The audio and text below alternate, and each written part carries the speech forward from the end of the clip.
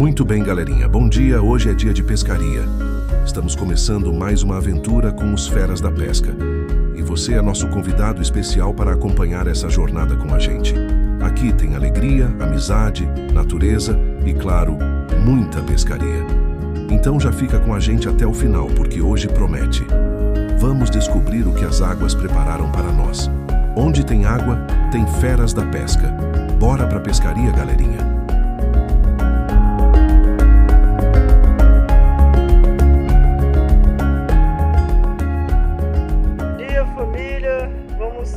Iniciar mais um dia de pescaria, certo? Meus amigos aí pescador. Hoje quem tá mais hoje é meu amigo Alan. Alan hoje começou ali, iniciando ali. Vamos ver qual o resultado que vai dar hoje, né? E hoje meus parceiros deu pra vir hoje não, como o João Vitor, o Vanes, o Alisson, mas nós estamos aqui hoje, né? Nós estamos hoje e já vamos ter resultado, né? Vamos ter resultado aí pra nós. Aproveite aí, compartilhe nosso link. Você pescador, nos ajude aí. E aqui assim, mais uma jornada, uma aventura com os Feras da Pesca. Não é isso? Porque aonde tem água, tem Fera da Pesca. Cuida! Pronto, mano, já iniciamos aqui a pescaria. Vou mostrar aqui um pouquinho aqui. Já tem peixe, viu?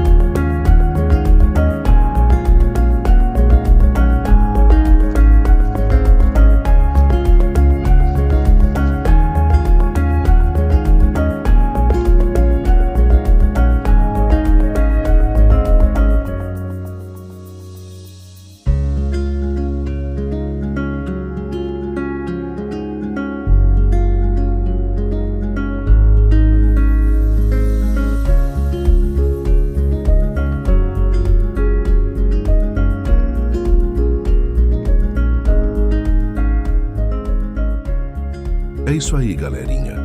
Estamos chegando ao final de mais uma pescaria. E esse foi o resultado da nossa aventura.